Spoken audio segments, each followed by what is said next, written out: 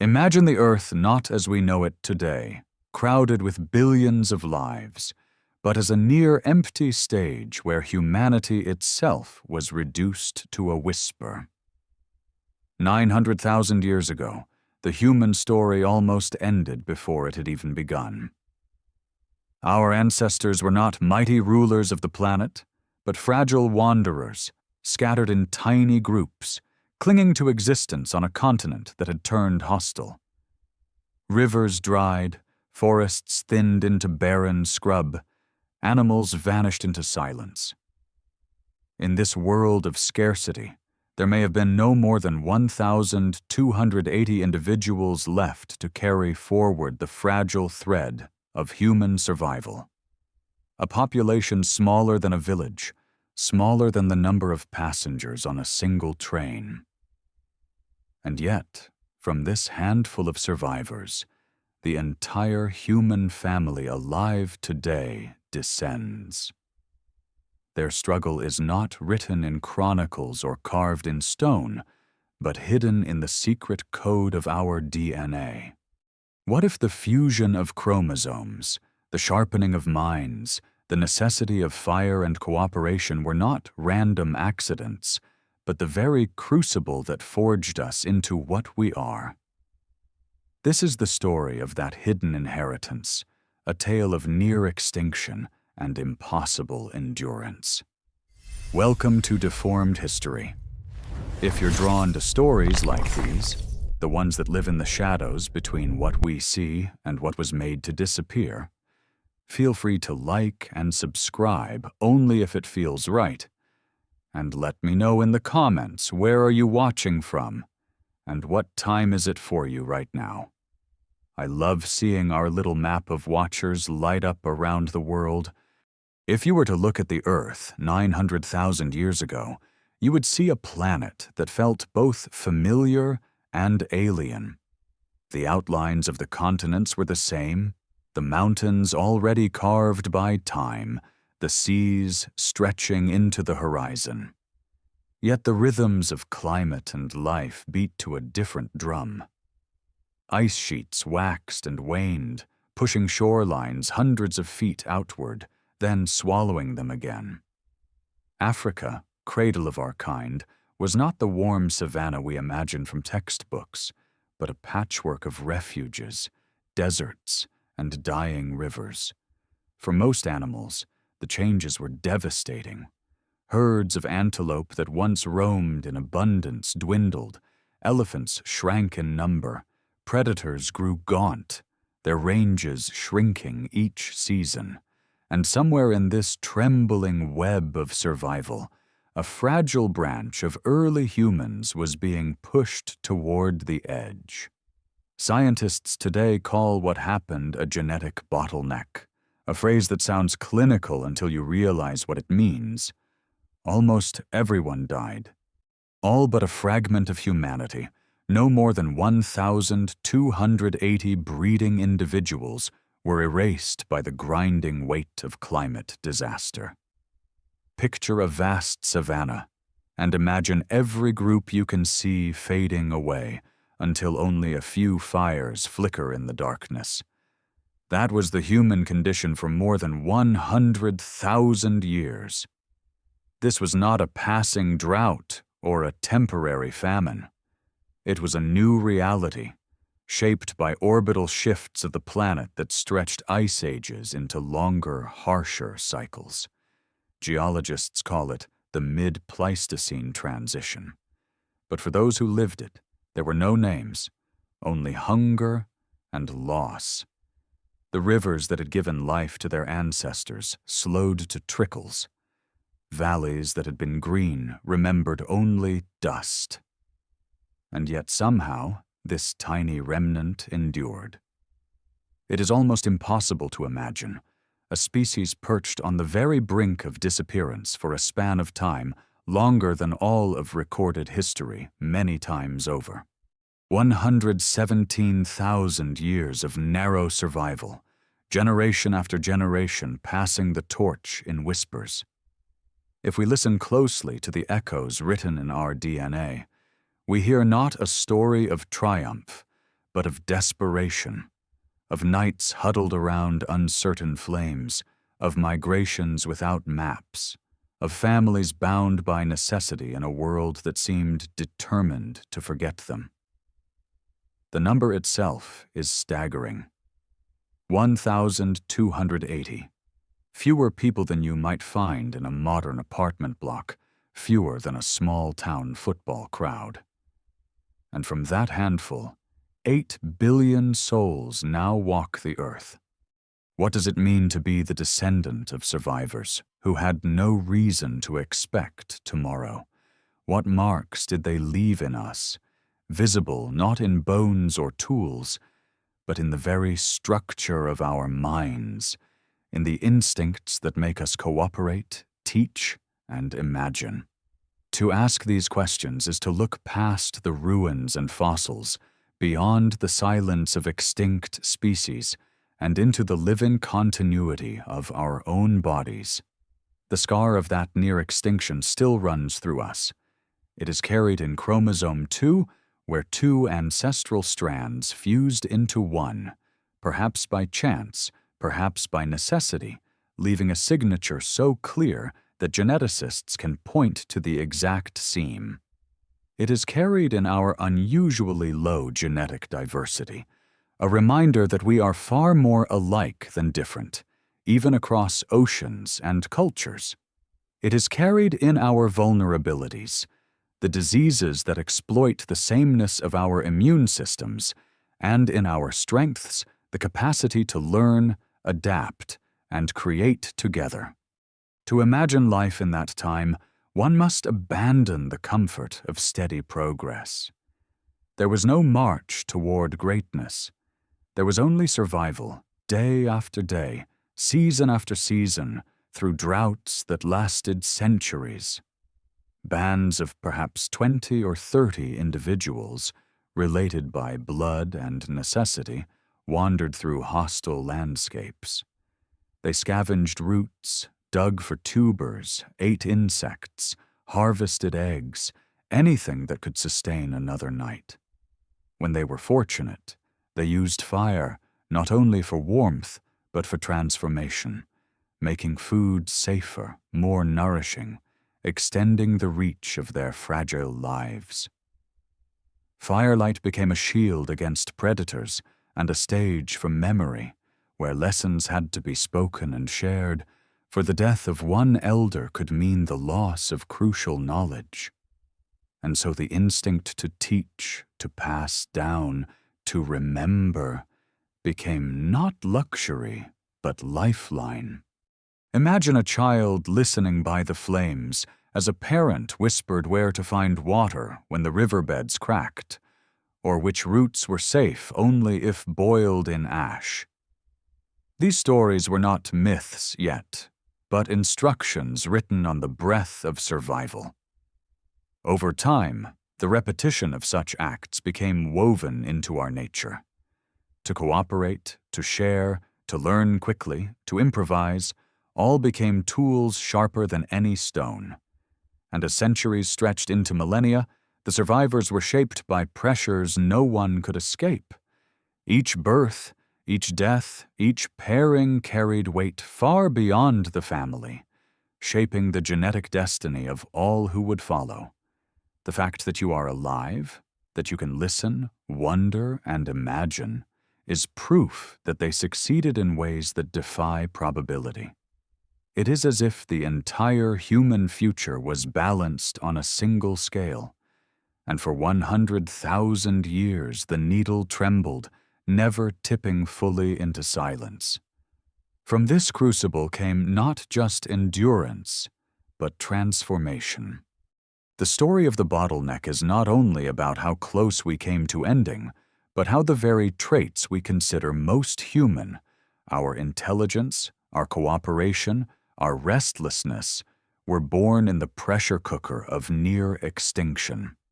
To know this is to see ourselves differently, not as inevitable rulers of the earth, but as improbable inheritors, carrying the memory of scarcity even as we crowd the planet with abundance. And perhaps the most haunting thought is this: Those ancient survivors never knew they were preserving the future. They simply tried to see another sunrise, to feed another child, to find another spring in a land of dust. Yet in doing so, they carried us all. To picture the reality of those years, imagine yourself among a group no larger than a family gathering today. 20, perhaps 30 figures, their bodies lean, their eyes alert to every sound of the night. They travel lightly, because nothing lasts where the land itself keeps shifting. A stream that flowed yesterday may be dry today. A cluster of trees that offered shade and fruit might vanish in a season of drought. Their world is never still, and so they must never stop moving. Yet movement is dangerous. To leave behind the known waterhole is to gamble with death. To stay too long is to starve when the animals move on. This is what it meant to live in the age of the bottleneck. There was no certainty, only choices made under pressure, each one weighted with the survival of the entire band. The climate of that time was merciless. Ice sheets in the north grew massive, locking away oceans into walls of frozen stone. Sea levels dropped, shorelines extended, and weather patterns twisted into new shapes. What once had been fertile woodland in Africa turned into arid scrub. Scientists call this aridification, but for those alive it was simply hunger, thirst, and exhaustion. The monsoon rains that had carved rivers weakened. Lakes shrank into muddy hollows, ringed with the bones of animals that had come too late. Herds collapsed, predators thinned, and with them the rhythm of hunting and gathering fell apart. To live in such a world was to confront the void every day. And yet, somehow, people endured. They were not Homo sapiens yet, not fully what we are, but close enough that if you looked into their faces, you would see something recognizable. A tilt of the head, a flare of expression, the rhythm of laughter or grief. These things were already there. Their survival was not due to strength alone. Other animals were stronger, faster, more numerous, and yet they vanished. Our ancestors carried another advantage, something less visible but more enduring. The ability to adapt not only their tools but their behavior, to change strategies in the face of changing worlds. This adaptability was not abstract, not a clever idea. It was lived experience, pressed into muscle and memory by the long hardship of the bottleneck. Consider fire.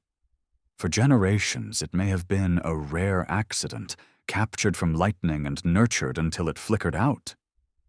But during the long narrowing of survival, fire became indispensable. With fire, roots that would have poisoned a hungry body became food. With fire, meat could be softened, parasites killed, nutrients unlocked. It became a weapon against the dark, a ward against predators whose eyes glowed in the distance. It also stretched the day itself. Instead of sinking into silence at sunset, humans began to gather around flames, to share food and knowledge, to speak into the night. Fire changed not just the diet, but the structure of time. It gave space for thought, for memory, for teaching, and in those hours after dusk, something essential to humanity was forged. Teaching, in this fragile world, was no luxury. To know where to find water, which plants could be eaten, how to track an animal across dry ground, these were not curiosities. They were lifelines. If knowledge died with one person, the group could perish. So teaching became an instinct, passed from mouth to ear, from elder to child. This instinct would echo through millennia, becoming the basis of culture, of language, of everything that allows us to build upon what others discovered. We often take for granted the human urge to explain, to show, to guide, but its roots lie in these desperate generations. Those who taught well helped their families live. Those who learned quickly became the ones who reproduced. Over time, this cycle sharpened minds, broadened memory, refined communication. Out of survival came intelligence, not as a gift, but as necessity. Yet intelligence alone could not have been enough. The groups were small, the numbers fragile. Conflict would have destroyed them, and so cooperation became as vital as fire. Modern humans are extraordinary in the scale of our cooperation. We work together in cities of millions, build networks that span the planet. But that ability began in the bottleneck. With so few people, every life mattered. To fight, to cast someone out, was to risk the collapse of the whole band. So they learned to bend, to forgive, to share, even in scarcity. They became masters of compromise, of quiet signals, of maintaining harmony in groups that could not afford division. What began as a survival strategy became a hallmark of our nature. We are the species that cooperates, and we learned it at the edge of extinction. The proof of those years lies hidden in our very bodies. The fusion of chromosomes that reduced our count from 48 to 46 happened during this time. Scientists can still see the scar where two strands of DNA joined. In larger populations, such a rare mutation might have been lost, buried under the flood of other genes. But in a world of only 1,280, chance became destiny. One individual with the fused chromosome passed it on, and within generations it spread to all. Today, every human alive carries that fusion. It is the molecular relic of desperation, a reminder that even our chromosomes bear the mark of survival against impossible odds. To imagine the scale of the bottleneck is to confront the fragility of existence. 1,280 is less than a village. If you gathered them all in a valley, they could have been destroyed by a single catastrophe, a flood, a disease, a volcanic eruption. And yet they survived not just one calamity, but over 100,000 years of relentless challenge. That survival is so unlikely that it reshapes how we see ourselves. We are not inevitable. We are improbable. We exist because a small band found pockets of stability, places where water still flowed, where plants still grew, where children could still be raised. Perhaps it was near the Great Lakes of East Africa, perhaps along a river whose springs never dried. We may never know where, but we know that somewhere, life held on. This realization changes the way we read history. When we look at the ruins of ancient cities, the pyramids, the temples, the ships that crossed oceans, we see the accomplishments of abundance. But beneath all of it is the deeper story, that we are descendants of survivors who once had nothing, who lived at the mercy of a hostile earth and somehow endured. Their gift to us is not only our existence, but the very qualities that make existence possible: adaptability, cooperation, intelligence, memory. To remember them is to see the miracle that lies behind the ordinary. Every word we speak, every tool we use, every connection we form is a continuation of their fight against oblivion. And so, when we ask how humanity began, the answer is not in a triumphal march of progress, but in a fragile thread of survival stretched across 100,000 years. The bottleneck was not just a crisis, it was the crucible in which we were forged. Step further into that ancient world, and you will find silence. not the silence of peace, but the silence left when countless voices have gone. Across Africa, populations of early humans had dwindled to nothing, leaving behind almost no trace. Archaeologists today call this the fossil gap, a stretch of nearly 300,000 years where human remains are vanishingly rare. It is not that bones dissolved more quickly or that caves swallowed them up. It is that there were too few humans left to leave many fossils at all. Imagine walking across a continent and never meeting another band, your group wandering for months before finding footprints not made by animals. That was the scale of emptiness. For the survivors, every day was an experiment in endurance. They could not rely on the large animals their ancestors had hunted. Those beasts had thinned or disappeared, leaving only remnants. Instead, diets became broader, stranger, more inventive. Insects, with their quick cycles and dense nutrition, became staples. Crickets roasted over flames, termites dug from mounds, larvae plucked from fallen wood. Roots were dug with sticks sharpened into crude points, pulled from hard ground, then roasted until bitter poisons broke into sweetness. Bird eggs hidden in rock crevices or reptile eggs buried in sand became treasures. Every season demanded a new strategy. Every landscape required different knowledge. And that knowledge, fragile as it was, had to be preserved, or else the group might not survive another year. The rhythm of life was unforgiving. Dawn meant searching for water. Streams were unreliable, so people learned to read the land with uncanny skill. A patch of green in the distance might suggest a hidden spring. A flight of birds circling low could reveal where moisture lingered. In desperate times, wells were dug, shallow holes scraped with hands and stones until muddy water seeped through. Children grew up learning these signs as second nature, just as children today learn language or song. A mistake could mean death. To pass on such knowledge became a sacred duty, though no one called it sacred then. It was simply survival. Fire remained the center of their existence. Its light cast not just warmth, but order. Around the flames, people shared the day's findings, warned of dangers, taught children, mended tools. Fire extended the fragile net of social life. It kept predators at bay, allowing laughter to rise where once there was only fear. It created hours when memory could be shaped into story.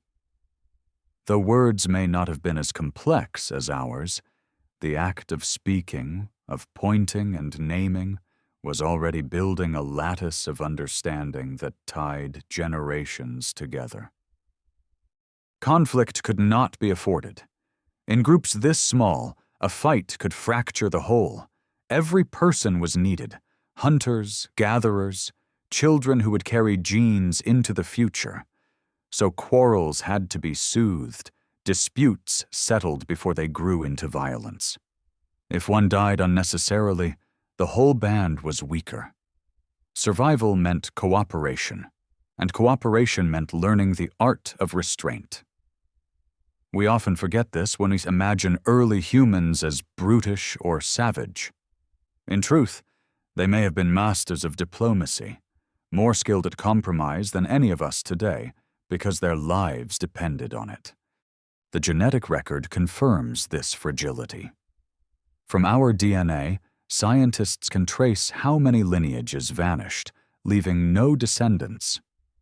The survivors, though scattered in small clusters, formed what biologists call a metapopulation, groups separated by distance yet linked by occasional contact, exchanging genes and knowledge across the continent.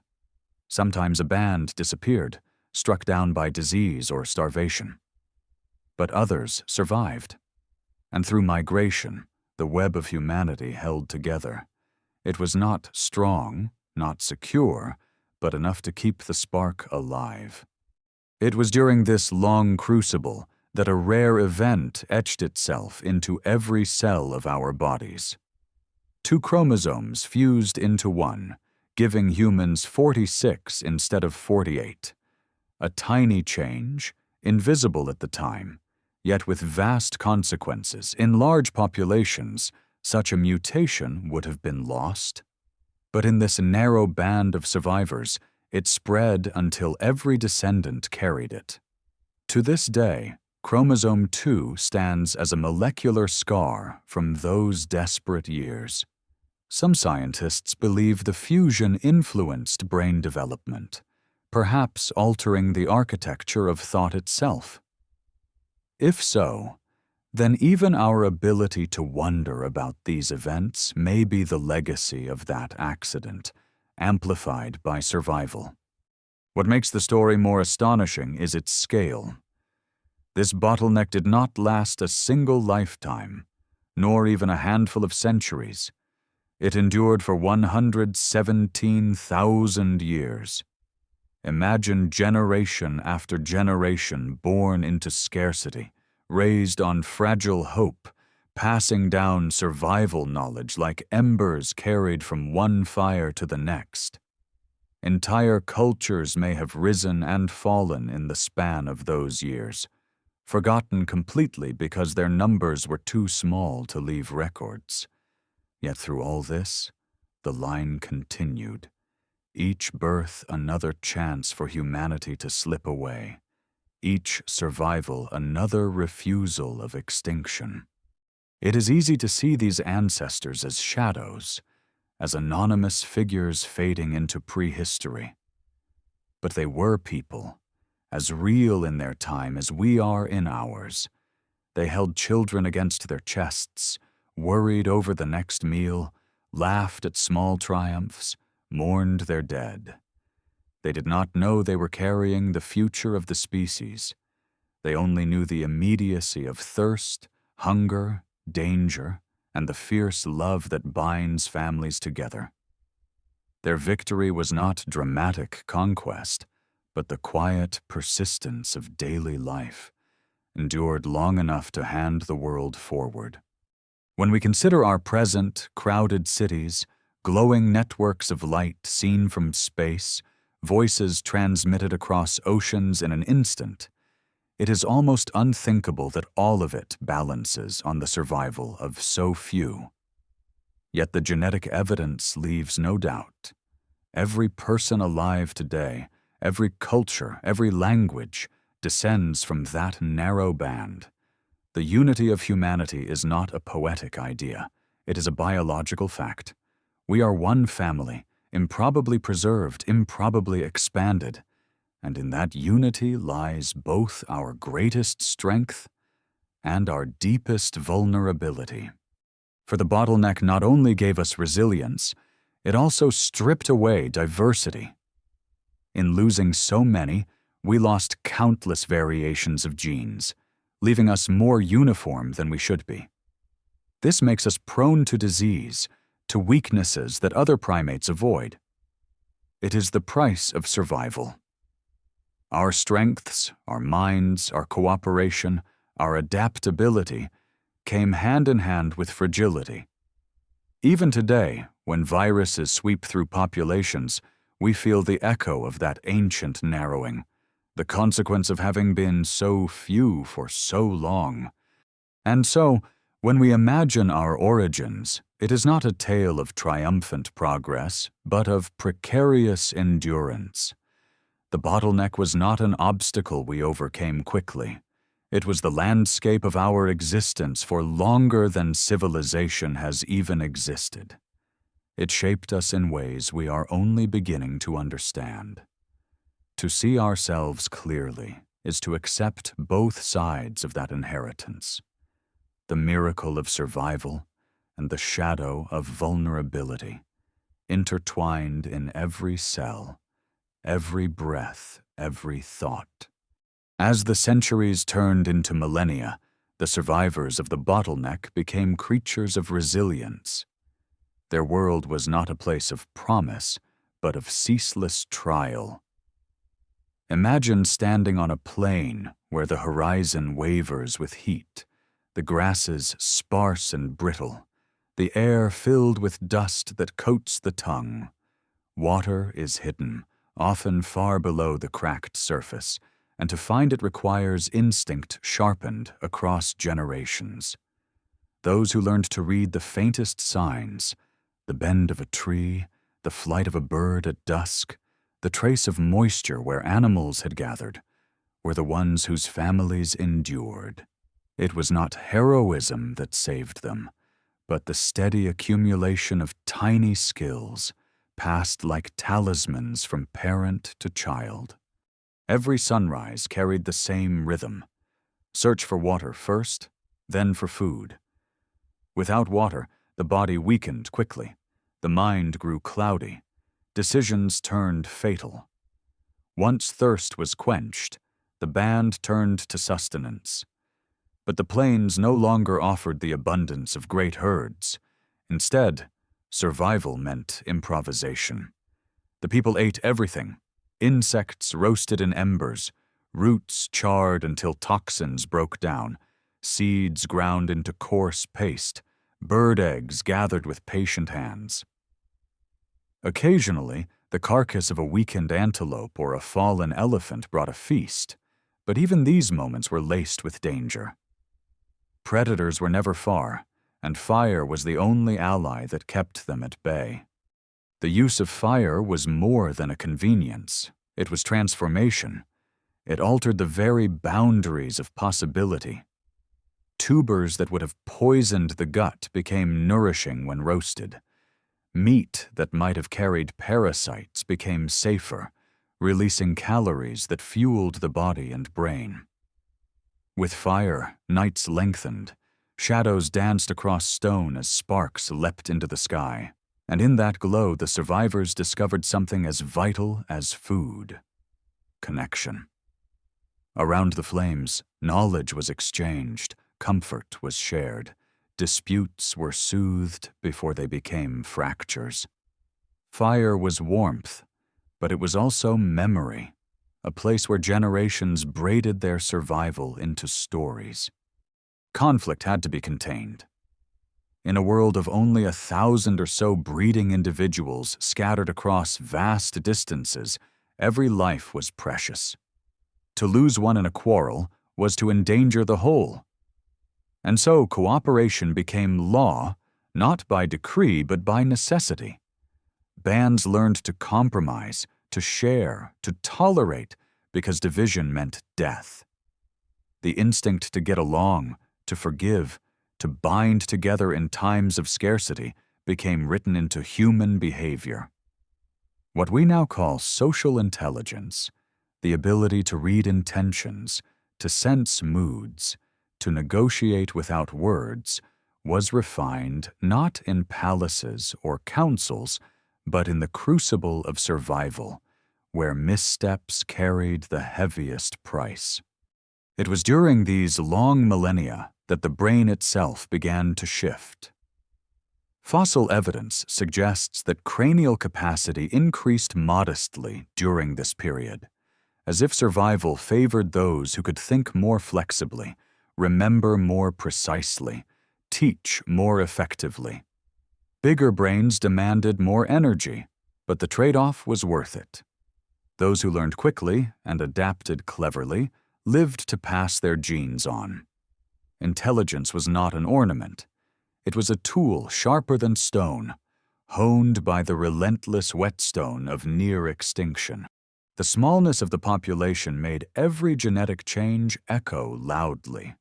Mutations that might have vanished in a larger group spread rapidly here. Among them was the fusion of 2 chromosomes, leaving humans with 46 instead of 48. Today, we can still see the scar where the strands joined, a molecular reminder of that ancient narrowing. Some scientists believe that this event, unlikely and rare, influenced the evolution of the brain itself, perhaps opening pathways that allowed for more complex cognition. Whether accident or hidden advantage, it became universal. Every human alive carries that fusion, a trace of those desperate years etched into our cells. But the price of survival was steep. Genetic diversity shrank dramatically. Where chimpanzees, scattered across Africa, carry rich variation in their DNA, humans today are far more uniform. That sameness makes us vulnerable. Diseases spread easily among us because our immune systems share too many weaknesses. Disorders that should have been diluted linger because the population was too small to erase them. These fragilities are scars of the bottleneck, carried silently through time. And yet, alongside the scars came strengths. To endure meant to innovate. To endure meant to cooperate. To endure meant to pass on knowledge with relentless care. Imagine the children of that age, crouched by firelight, watching as elders shaped tools from stone.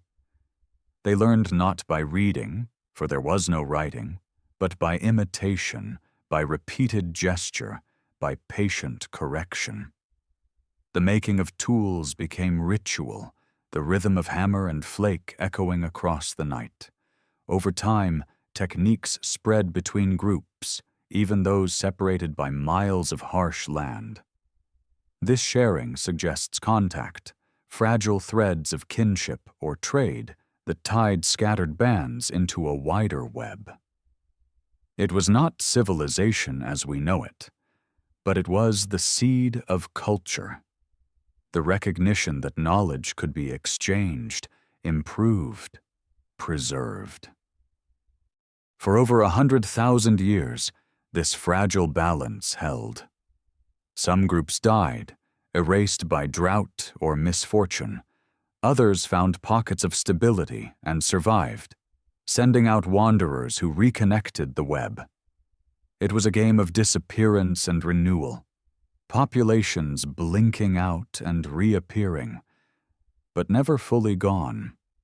Through this shifting pattern, humanity endured, not as a flood, but as a trickle, refusing to vanish completely. To grasp the weight of this endurance, consider the scale of time. 117,000 years is longer than all recorded human history combined.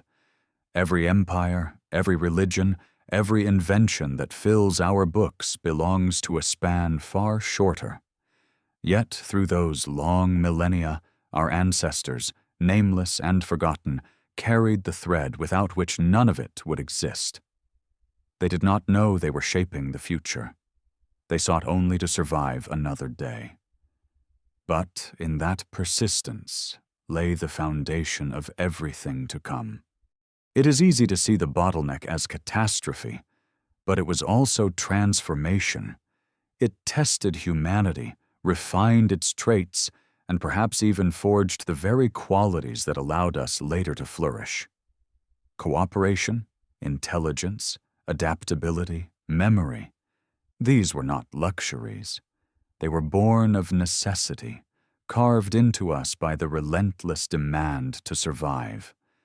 In every gesture we make today, from teaching a child to lighting a fire, we echo those ancestors.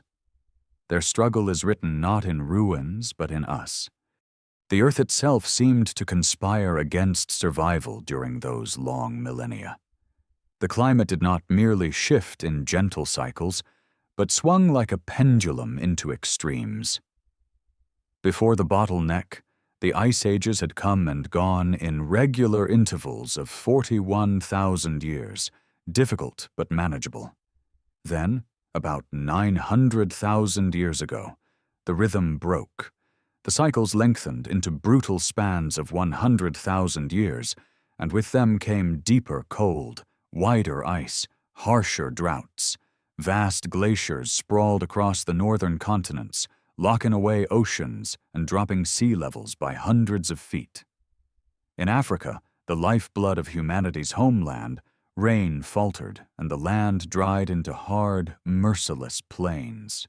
Scientists call this the mid-Pleistocene transition, but to the people who endured it, there were no names, only a horizon that grew more hostile with each generation. Imagine being born into a world where your first memories are of dust on the wind, of dry riverbeds cracking underfoot, of the carcasses of animals too weak to endure. The world was shrinking, and every band of humans felt it. The forests that had once fed them gave way to thorn scrub, then to open savanna, then to desert. Herds of antelope and elephant dwindled, predators starved, and the people who depended on both teetered on the edge. For many groups, the edge was final. They vanished without leaving a trace. Yet somehow, in some hidden corners, small bands clung to life, finding refuges where water still flowed, or where plants still bore fruit even in the lean years. It is a strange thought that an entire species could be reduced to so few, but the evidence is inscribed in our DNA, as clear as ink on parchment. When scientists trace the genetic patterns backward, they see a collapse, a narrowing so sharp it defies belief. Nearly 99% of our ancestors disappeared, leaving just 1,280 breeding individuals to carry the future. From them came all of us. That number is smaller than the population of a single modern village. It is as if the human story balanced on a single, trembling thread, one gust away from snapping. Yet it did not. Survival meant ingenuity, and ingenuity meant change. Fire became not just a tool, but a partner. It allowed people to eat what had once been inedible, to stay awake when predators prowled, to pass on lessons that might otherwise have died with one elder's last breath. It gave structure to the night, transforming darkness into a space for memory and connection. In the glow of flames, they shaped stone into sharper edges, learned to preserve embers through travel, discovered ways to cook roots until they yielded their hidden starch. Each discovery was small, almost invisible against the vast span of time. But together, they built the scaffolding of humanity. The people themselves must have seemed fragile, thin from hunger, their lives short and uncertain. Yet their minds were sharpening, pressured by the demands of survival. To live required memory, where the rains fell, which plants poisoned and which healed, how to read the faint track of an animal across hard ground. It required cooperation, deciding together where to travel, sharing food even in scarcity, avoiding conflicts that could shatter the group. And it required imagination, looking at a stone and seeing not just a rock, but a blade, at embers, and seeing warmth for tomorrow, at the stars and perhaps sensing patterns to guide their journeys. Out of scarcity came invention, born not from luxury but from desperation. Over generations, traits that favored survival spread quickly. In a larger population, changes take centuries to ripple through. In this narrow remnant, they took hold within a few lifetimes. If a family discovered a better way to prepare food or to find water, their children survived. If a mind was quicker to learn, a tongue quicker to teach, that knowledge spread and endured. Evolution itself was accelerated, compressed into a crucible where only the most adaptable traits could persist. Intelligence, cooperation, flexibility. These were not gifts granted suddenly, but qualities refined again and again under relentless pressure. The days were long, but the centuries longer. Entire generations lived and died with no promise beyond the next rainfall. Children were born into hardship. grew into foragers, hunters, wanderers, and left the world as they found it, scarce, uncertain, demanding. Yet across 117,000 years, that fragile continuity held. It is staggering to imagine. Our species survived not by abundance, but by persistence, not by conquering the world, but by refusing to vanish. There were costs. With so few people, the genetic pool shrank. Diversity drained away, leaving scars that remain today. Humans are unusually vulnerable to disease, more alike than most other animals, less equipped with the variety of defenses that larger populations carry. But those weaknesses are also proof of survival. Every flaw we carry, every vulnerability in our DNA, is a reminder that our ancestors did not give in. They passed their burden forward because they had no choice but to endure. What then do we inherit from this age? The urge to cooperate, the hunger to teach, the drive to innovate, the fragility of our health. All of it is the legacy of those 1,000 souls who walked a dying continent. Their story is not one of triumphal monuments or sweeping victories. It is the story of persistence, of a spark kept alive in the coldest night. And because of them, the line continued. We like to believe our history is inevitable, that cities and ships and satellites were always waiting to happen. But there was nothing inevitable about survival. The fact that you can listen to this story, that humanity exists at all, is proof that against all odds, a few individuals refused to let the flame go out. If you could walk beside those early humans, the first thing you would notice is the way they looked at the land. Every rise of the earth, every shadow of a tree, every shift of the wind was read as a message. A shallow dip might hold moisture. The flight of birds might lead to hidden water. The tracks of antelope might guide them to places where life still clung. Their gaze was not casual. It was trained through countless lifetimes of scarcity, honed into a skill as precise as any tool. To survive in a landscape stripped bare by drought, they became readers of the invisible. Where we today rely on maps and machines, they carried maps in their minds, drawn not on paper but etched into memory and passed in whispers around the fire. Their world was unforgiving, yet not without moments of grace. At dawn, mist sometimes curled over valleys, a sign of underground springs still feeding the earth. After long days of hunger, the sudden discovery of honey or the lucky fall of a wounded animal could feel like a miracle. Children grew up in the rhythm of these small triumphs, learning early that joy was always balanced by the threat of loss.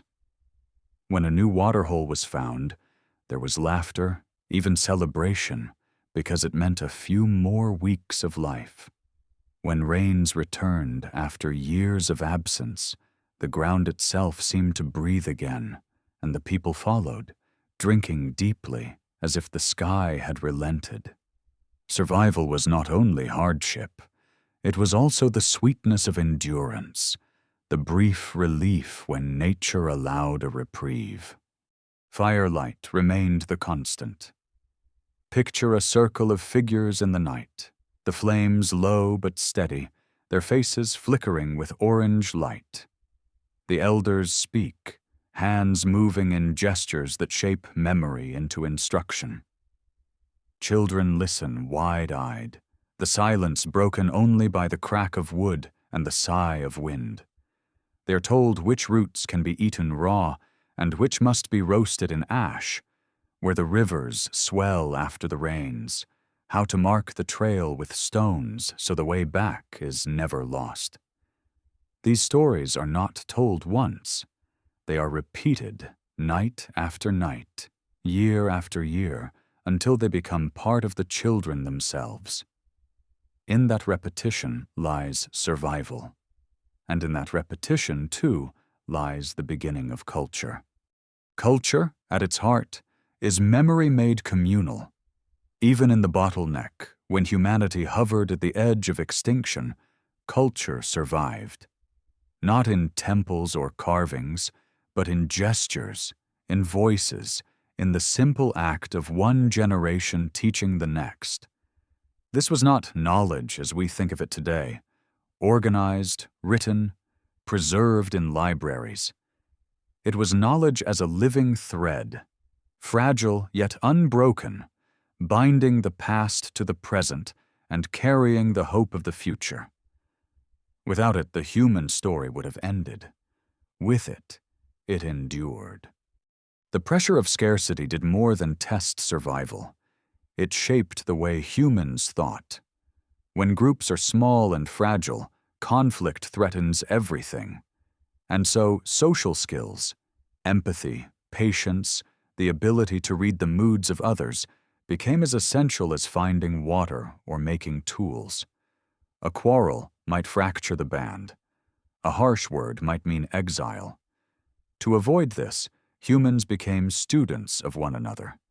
They learned to sense when anger burned, when fear grew, when laughter could heal. Over millennia, this sharpened what psychologists today call theory of mind, the ability to imagine what others are thinking, to predict their intentions. It is one of the cornerstones of human intelligence, and its roots reach back to nights by the fire when peace meant survival. The evidence of this lies not only in DNA, but in the tools left behind. In the late stages of the Bottleneck, stone implements show a remarkable consistency, as if groups separated by miles of harsh land were still connected by shared methods. Scrapers and blades, shaped in similar ways, suggest that knowledge traveled farther than individuals, passed along through networks of kinship and exchange. Even in isolation, humans sought contact, reaching out to share what worked. A new way to sharpen a stone might spread across a region within a few generations, showing that cooperation extended beyond the band itself. The instinct to connect, to share discoveries beyond one's own family, was already taking shape. But for every success, there were losses. Many groups must have vanished entirely, leaving no trace but silence. Diseases, accidents, sudden droughts, any of these could wipe out dozens, even hundreds, in an instant. Yet the overall web held. When one strand broke, others stretched to fill the gap. Over time, this created a structure of survival that was stronger than any single band. A metapopulation, small groups connected loosely but persistently, each one carrying a fragment of the whole. It was a precarious network, but it was enough. Humanity survived not as one great tribe, but as a constellation of scattered lights across the continent, each one fragile, each one indispensable. The cost of this long struggle was visible in the body. Hunger left its mark on bone and tooth, illnesses stunted growth, accidents maimed and killed. Yet even amid fragility, there was resilience. Broken bones sometimes healed, showing that groups cared for their injured rather than abandoning them. Teeth worn from grinding tough plants speak of diets broadened for survival. Fire-blackened stones show persistence in keeping the flames alive even when fuel was scarce. Each of these signs tells the same story. Endurance was not passive. It was active, a choice renewed daily in the face of despair. Looking back across nearly 1,000,000 years, it is difficult to grasp the scale of this endurance. We are used to thinking of history in centuries, millennia at most. But the bottleneck stretched far longer than all of recorded civilization. For 117,000 years, humanity existed in this fragile state, balanced on the edge of extinction. Every tool chipped, every fire kept, every child taught was part of a single, unbroken act of survival that carried us to the present. It is humbling to realize that we are here not because survival was easy, but because it was impossibly hard. And it is humbling, too, to think that those people, anonymous and forgotten, had no sense of the future they were preserving. They sought only water, food, warmth, safety. Yet in seeking these, they ensured that we would exist to ask the questions, to tell their story, to wonder at the thread they carried. The long silence of the fossil record between 900 and 650,000 years ago is one of the most haunting gaps in our history. For ages, archaeologists puzzled over why so few human remains were found from this period, as if the earth itself had swallowed the evidence of our existence. Now we understand the truth. There were simply too few of us to leave many traces. A population of just over 1,000 scattered across vast landscapes leaves almost nothing behind. Every burial might vanish with erosion, every death might pass without a fossil. What remains are fragments, the barest whispers of a species that nearly disappeared. And yet, out of that silence, evolution was at work. The tiny population was like a fire burning low, coals glowing faintly, barely alive but impossible to extinguish. In such a narrow band of survivors, change spread quickly. The fusion of chromosome 2 became universal, and with it, perhaps, subtle shifts in brain function that would echo into the future. Other mutations, too, beneficial or neutral, became fixed in the population simply because chance favored their carriers. This is what scientists mean when they say small populations accelerate evolution. In large groups, mutations are diluted, scattered. But in small groups, one individual can change the destiny of all who come after. It is tempting to imagine these people as shadows, but they were flesh and blood. They faced hunger daily, but they also lived with the full range of human feeling: fear, joy, tenderness, grief.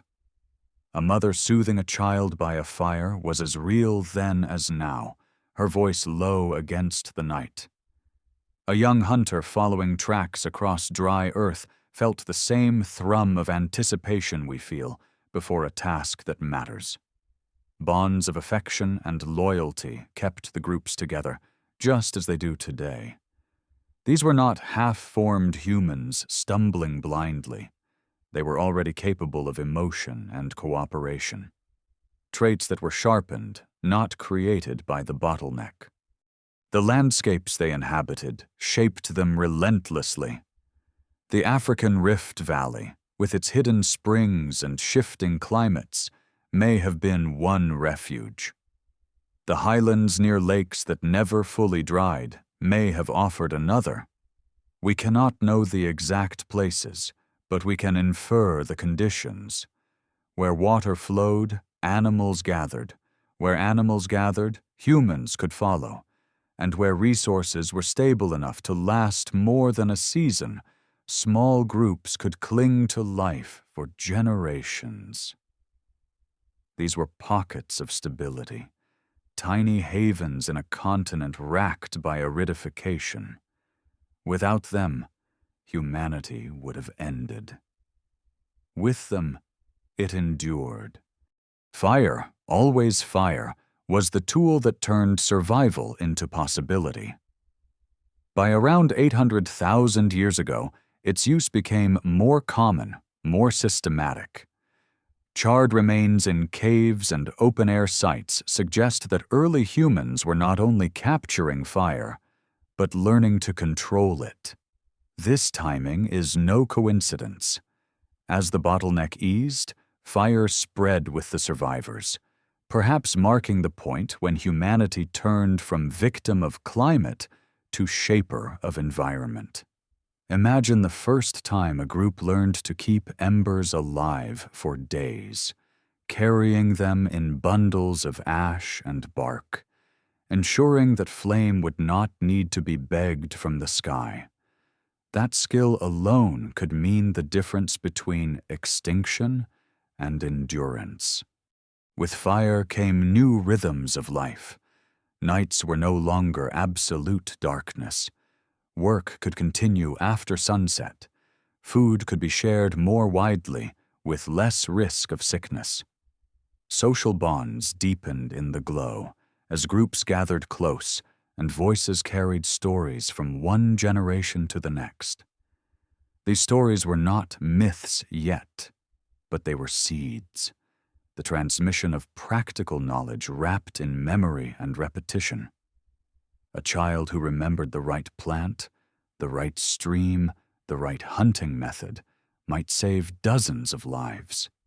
In this way, language began to take on power, shaping the mind to hold and pass information more effectively. The archaeological record hints at these shifts. Tools from this period show increasing complexity, not merely broken stones, but deliberately shaped blades and scrapers. The patterns suggest convergence, similar methods appearing in different places, as though ideas were traveling across the continent despite the distance between groups. This is culture in its infancy. Not just survival, but innovation spreading beyond the individual. Even in the harshest conditions, humans sought connection, and in that seeking, they created something larger than themselves. The paradox of the bottleneck is that it was both a disaster and a forge. The disaster nearly ended our story, but the forge tempered what remained into traits that would later make us dominant. Intelligence sharpened under pressure. Cooperation became instinct. The ability to share knowledge became obsession. Without these, no group could have survived more than a few generations. With them, humanity slowly prepared itself for expansion when the climate allowed. The end of the bottleneck, around 813,000 years ago, was not a sudden dawn but a gradual easing. Rain returned more consistently in some regions, grasslands expanded where desert had ruled, animal herds began to grow. For the survivors, the difference must have felt like the opening of a clenched fist. Where once every day was a gamble, now there was margin, however small, for growth. The population began to rise, not slowly but explosively by evolutionary standards. Within a few thousand years, tens of thousands of descendants roamed Africa, spreading outward, reclaiming spaces that had been empty for ages. But they were not the same as those who had entered the bottleneck. 117,000 years of pressure had shaped them. Their brains were larger, their cooperation stronger, their technologies more advanced. They were ready not just to endure, but to expand. And from this expansion came something extraordinary, the branching of humanity into three great lineages: modern humans, Neanderthals, and Denisovans. Each carried the genetic scars of the bottleneck, but each adapted in unique ways to the worlds they entered. The bottleneck, then, was not the end of humanity. It was the crucible in which humanity was made. When the rains began to return and the earth slowly loosened its grip, the descendants of those who had endured the long night of near extinction were no longer the same as the people who had entered it. Their numbers were small, but their capacities had been sharpened. Over 100,000 years of scarcity had refined the way they thought, the way they worked together, the way they imagined possibilities. So when conditions eased, growth came not timidly but in a rush, as if all the pressure of survival had built up like water behind a dam and now spilled outward with unstoppable force. Within only a few thousand years, the fragile remnant of 1,280 multiplied into tens of thousands. The survivors spread across Africa, filling valleys and plains long left empty, reclaiming territories that had once belonged to vanished bands. And in this expansion, something remarkable happened. Humanity did not remain a single, unified species. The line began to split, branching into three great paths. From a single spark of survival, three fires burned, each adapting to a different landscape, each becoming a different kind of human.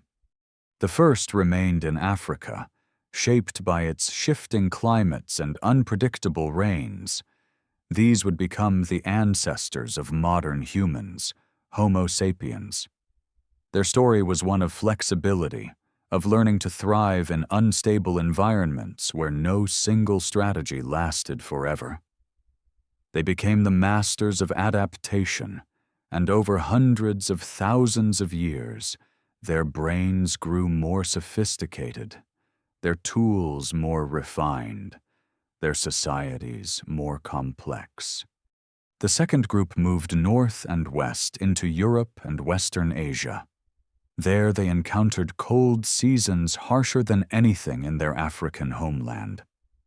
Glaciers carved valleys, winters stretched long, and survival required strength and endurance. Over time, these populations developed robust bodies, stocky and muscular, perfectly suited to the Ice Age world. Their nasal passages grew larger to warm and humidify the air, their bones denser to withstand the strain of brutal cold and heavy labor. They became Neanderthals, a lineage both familiar and strange, close kin, yet adapted to a very different life. The third group journeyed east, spreading into Asia and eventually reaching as far as Indonesia and New Guinea. Their remains are scarce, but their DNA whispers their story. These were the Denisovans, a mysterious branch of humanity that would leave their genetic signature in the peoples of Asia and Oceania. They too carried the fused chromosome, the reduced diversity, the sharpened traits forged in the bottleneck. But they adapted to landscapes as varied as high mountain plateaus and island chains scattered across the sea. It is staggering to think that this branching, the birth of three human species, happened so soon after near extinction. Most speciation in nature takes millions of years, differences accumulating slowly until separation is complete. But for humans, the bottleneck had compressed time. 117,000 years of intense pressure had prepared the line for divergence. When the chance came, the split was rapid, as if evolution itself had been wound tight and then released. Each of these lineages carried the same legacy of survival, but each shaped it differently. The ancestors of modern humans, facing Africa's unstable climate, leaned into adaptability. They became dietary generalists, able to eat almost anything, and innovators, able to create new tools when old ones failed. The Neanderthals, facing the rigors of Europe, became specialists, master hunters, their bodies forged for endurance, their minds focused on the challenges of ice and snow. The Denisovans, spread across Asia, showed signs of unique adaptations, genes that helped them breathe thin mountain air, knowledge of plants that may have been used as medicines, even seafaring skills that carried them to islands far beyond sight of land. Despite their divergence, these three species remained connected. Their DNA was close enough that when they met, they could interbreed. And they did. The story of humanity is not one of absolute separation, but of constant mingling. When modern humans finally left Africa tens of thousands of years later, they carried Neanderthal and Denisovan genes within them, traces of encounters that were not always violent, but sometimes intimate, cooperative, even loving. The unity forged in the bottleneck was never fully broken, even as differences grew. The archaeological record from this period shows an explosion of innovation. In Africa, tools became more specialized, blades and scrapers crafted with precision. In Europe, Neanderthals began hafting stone tips to wooden shafts, creating true spears. In Asia, Denisovans left behind hints of advanced use of plants and perhaps even the beginnings of agriculture. This was not survival at the bare minimum anymore. This was creativity, culture, the first stirrings of what would later become civilization. Yet the memory of near extinction was not erased. It remained in the genetic vulnerabilities passed on to all three species, in the low diversity that made them fragile, in the shadows of diseases that could spread swiftly. And perhaps it remained, too, in the instincts that guided their behavior, the urgency of cooperation, the obsession with teaching, the compulsion to innovate. The bottleneck was not just a distant event. It was the soil from which all three species grew, shaping their possibilities as much as their limitations. If you imagine standing on a ridge at this time, you might see different groups moving through the landscape. Some stocky and muscular, adapted to the cold, their voices carrying across the ice. Others leaner, restless, following shifting reins, always moving, always adapting. Still others journeying east, their paths leading toward mountains and seas. They would not have thought of themselves as separate species, not yet. To them, they were simply people, each group carrying the same fire, the same need for survival, yet history was already guiding them into different futures. What unites all these paths is their improbability. A species that should have vanished instead split into three, each one destined to leave its mark. The Neanderthals with their strength, the Denisovans with their mysteries, and the modern humans with their boundless adaptability. Together they carried forward the legacy of 1,280 survivors, proving that from the narrowest of threads, entire worlds can be woven. When the human line branched into three, the path that led into Europe gave rise to a people whose lives were written in cold and stone.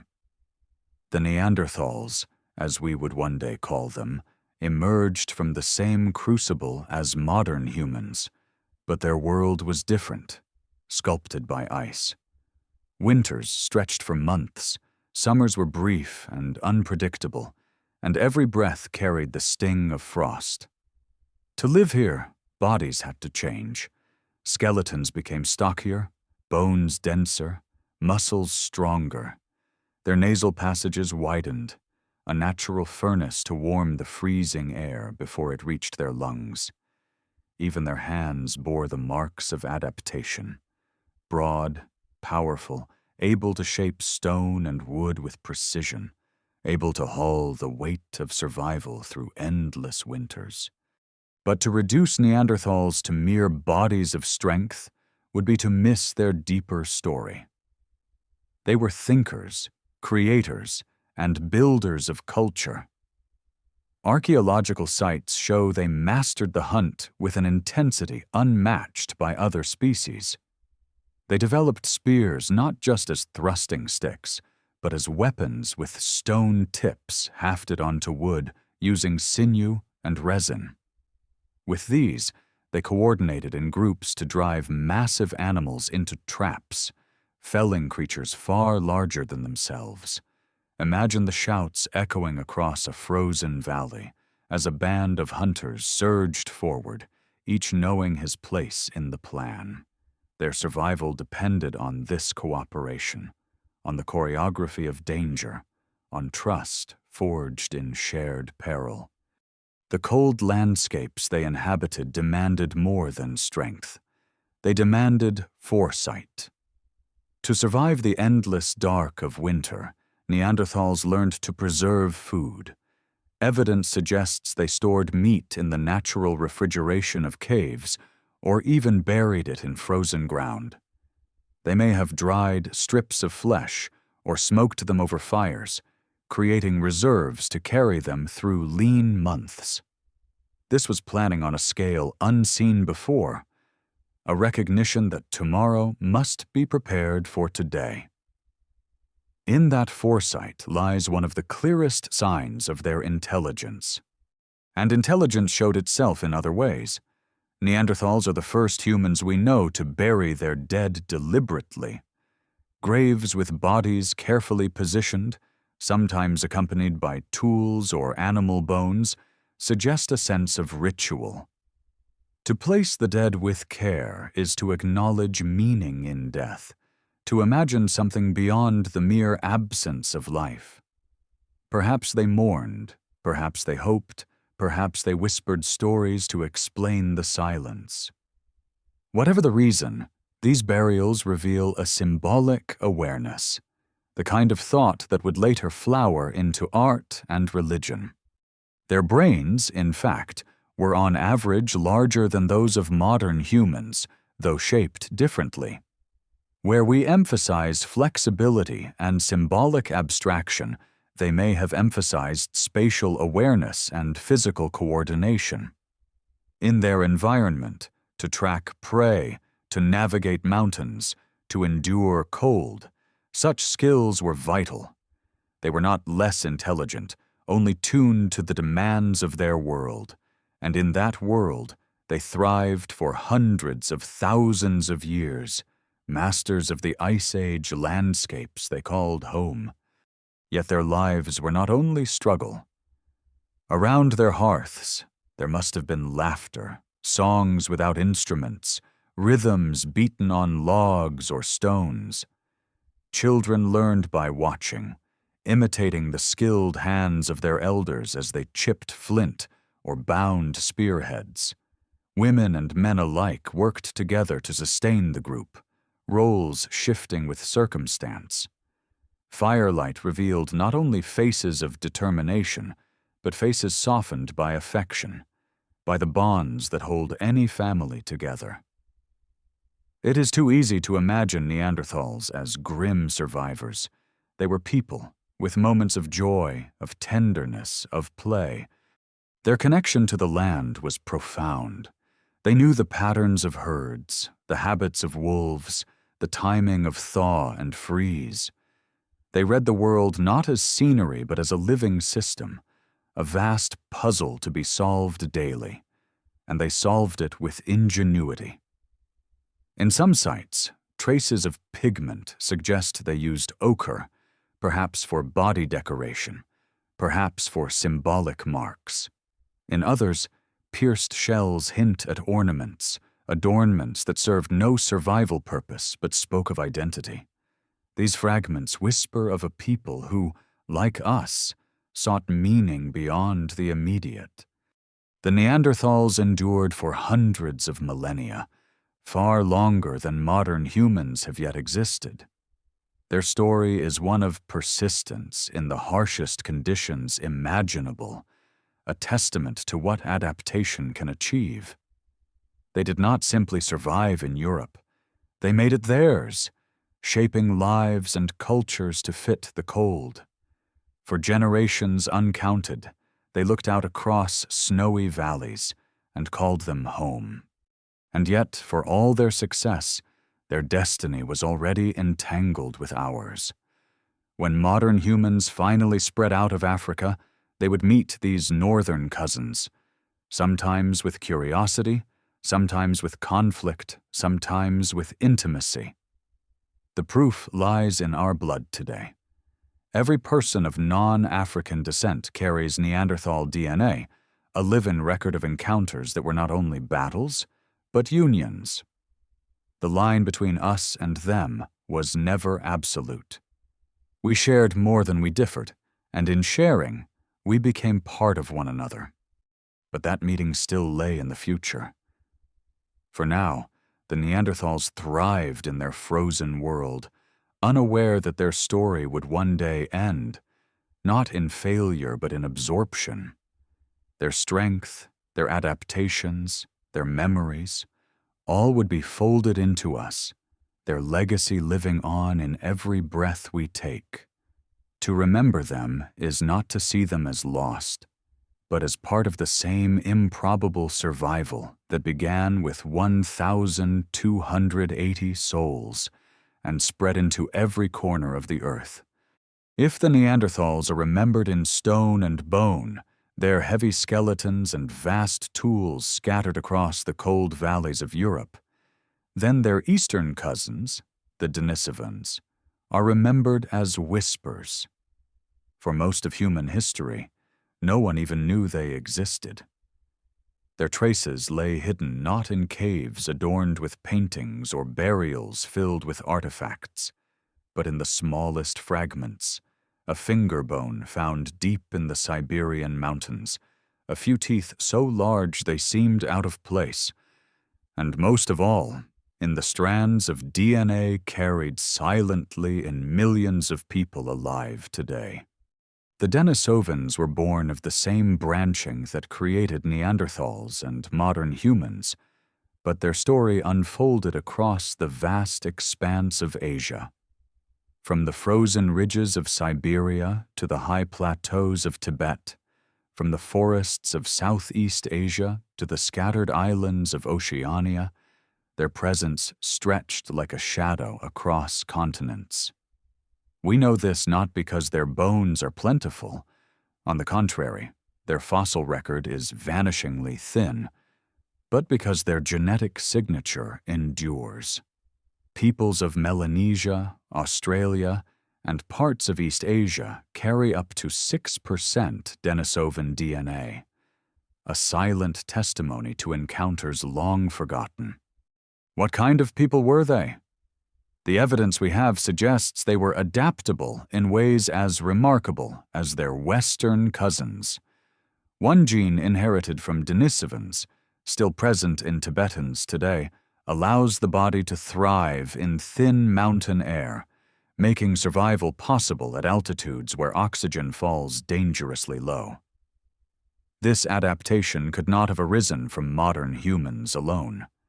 It is the gift of an ancient population who lived and mastered the roof of the world. To imagine Denisovans is to picture people moving with ease where others gasped for breath, their lungs and blood tuned to a world above the clouds. Other clues suggest seafaring skill. Populations in island Southeast Asia carry Denisovan genes, a fact that implies crossings of wide stretches of ocean. Whether on rafts or other vessels, Denisovans must have ventured beyond sight of land, braving currents and storms to settle new shores. If true, then they were not only mountaineers but sailors, explorers of realms most animals would never dare. In their wanderings, they left behind a genetic map that reaches farther and deeper than their bones ever could. We do not know what languages they spoke, what songs they sang, what myths they whispered around their fires. But if they were anything like their Neanderthal kin, their lives would have been full of meaning, shaped by ritual and memory. Perhaps they adorned themselves with shells or pigments, as other humans did. Perhaps they buried their dead or marked sacred places in landscapes now eroded. The absence of artifacts does not mean absence of culture. It may simply mean the traces have not survived or lie undiscovered beneath the soil of Asia, waiting for another hand to unearth them. What we do know is that Denisovans were not strangers to us.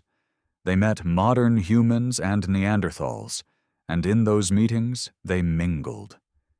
Genes passed between species, weaving together a tapestry of ancestry richer than any single line. In the blood of people from Papua New Guinea, from Aboriginal Australia, from the Himalayas, Denisovans live on. When a child in those places takes a breath, climbs a mountain, or gazes across the sea, they carry the memory of ancestors who once did the same, long before history was written. The rarity of their fossils makes Denisovans feel like ghosts. For decades, we knew nothing of them, until the sequencing of DNA from that finger bone in Denisova Cave revealed an entire lost lineage. It was a revelation that humanity was never a single thread, but a braid of many strands. Some strands thickened into great cultures, others frayed and vanished, leaving only faint lines. Denisovans are one of those faint lines, vanished in body, enduring in blood. To think of them is to wonder how many other branches may have existed, unrecorded, unremembered, their traces scattered too thin to be seen. The fossil record is a story of fragments, and every fragment hints at absences larger than themselves. Denisovans remind us that our history is not a straight road, but a labyrinth, with paths leading in directions we may never fully trace. And yet, their presence in our DNA makes them more intimate than ruins or bones. They are part of us, inside us, shaping how our bodies respond to mountains, climates, even diseases. We do not simply remember them, we carry them. For hundreds of thousands of years, Denisovans must have thrived across Asia, masters of varied landscapes. Then, like Neanderthals, they disappeared. Climate shifts, competition, perhaps encounters with expanding populations of modern humans, all may have played a role. But to say they vanished is not quite true. They were absorbed. Their genes endured in new bodies, their traits carried forward. Extinction in the absolute sense never came. Instead, they merged into us, part of the grand survival that began with that handful of ancestors nearly 1 million years ago. So when we speak of humanity, we must not imagine a single straight lineage. We are the children not only of Homo sapiens, but of Neanderthals and Denisovans, of forgotten bands who vanished into the soil, of countless small groups who carried the flame forward one fragile step at a time. To know this is to see ourselves differently, not as one people rising in isolation, but as a mosaic, a chorus of voices, many lost yet still resonant within us. The Denisovans remind us of the mystery still hidden in our past. They are proof that survival leaves more than fossils. It leaves echoes in blood, whispers in breath, strengths that emerge when we climb mountains or endure hardships. They are gone, yet they are here, part of the improbable story of humanity's endurance. Long before modern humans walked out of Africa, before their footprints pressed into the sands of Arabia, or their sails cut across distant seas, their story unfolded quietly in the valleys and plains of their homeland. Homo sapiens were born in Africa, shaped by the very instability that had nearly destroyed humanity during the Bottleneck. The land was not easy, but its challenges forged adaptability into their bones. Here, in shifting grasslands, savannas, and forests, Our ancestors grew into the form we recognize today. Bodies tall and lean, brains capable of abstraction and imagination, voices that could carry complex thought from one mind to another. The first appearance of Homo sapiens is traced to around 300,000 years ago, long after the bottleneck had eased. They did not appear suddenly, as if conjured, but gradually, as populations of earlier humans evolved toward new shapes and new capacities. Fossils from places like Jebel Irhoud in Morocco show faces that look startlingly familiar, eyes set forward, jaws reduced, foreheads higher. They were not yet us in every detail, but the line was clear. Humanity was emerging in a new form, carrying the legacy of survival, yet preparing for something greater. Life in Africa demanded versatility. Unlike Neanderthals, who specialized in the cold, or Denisovans, who adapted to extreme altitudes and oceans, Homo sapiens grew in an environment that shifted constantly.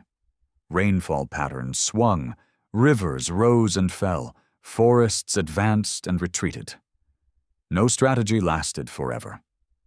To survive here, people had to be generalists, able to adjust diets, tools, and behaviors in response to change. They ate plants, roots, insects, fish, and game. They built shelters of branches and hides, but when the land moved them on, they left without regret. This constant adaptation made them restless, flexible, and ultimately more prepared than any other lineage to thrive wherever they went. Tools reflect this restless creativity.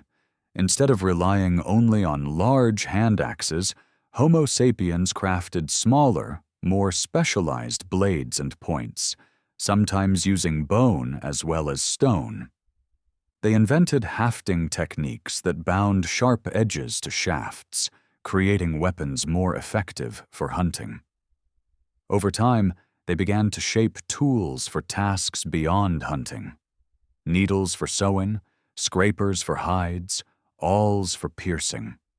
Each tool represents imagination, the ability to see an object not for what it is but for what it could become. This imagination was not limited to the practical. Early evidence of symbolic behavior, beads made of shells, pigments ground from ochre, shows that Homo sapiens were beginning to express identity and meaning beyond survival. Around the fire, these new humans told stories that likely grew more complex with each generation. Language had always existed in some form among humans, but with Homo sapiens it blossomed. The anatomy of their throats and tongues allowed for a wider range of sounds, and their growing brains could weave those sounds into elaborate structures. With language came the ability to teach with precision, to plan hunts in detail, to share not only facts, but ideas. Stories could now reach beyond memory into imagination, beyond instruction into myth. Around the flames, the seeds of culture sprouted. But even as they developed these remarkable capacities, Homo sapiens were not alone. Across Africa, they lived alongside other humans, remnants of earlier lineages who had survived the bottleneck. Some interbred, some faded away. We carry faint traces of these encounters in our DNA, hints of forgotten cousins who contributed to our story, but left no names.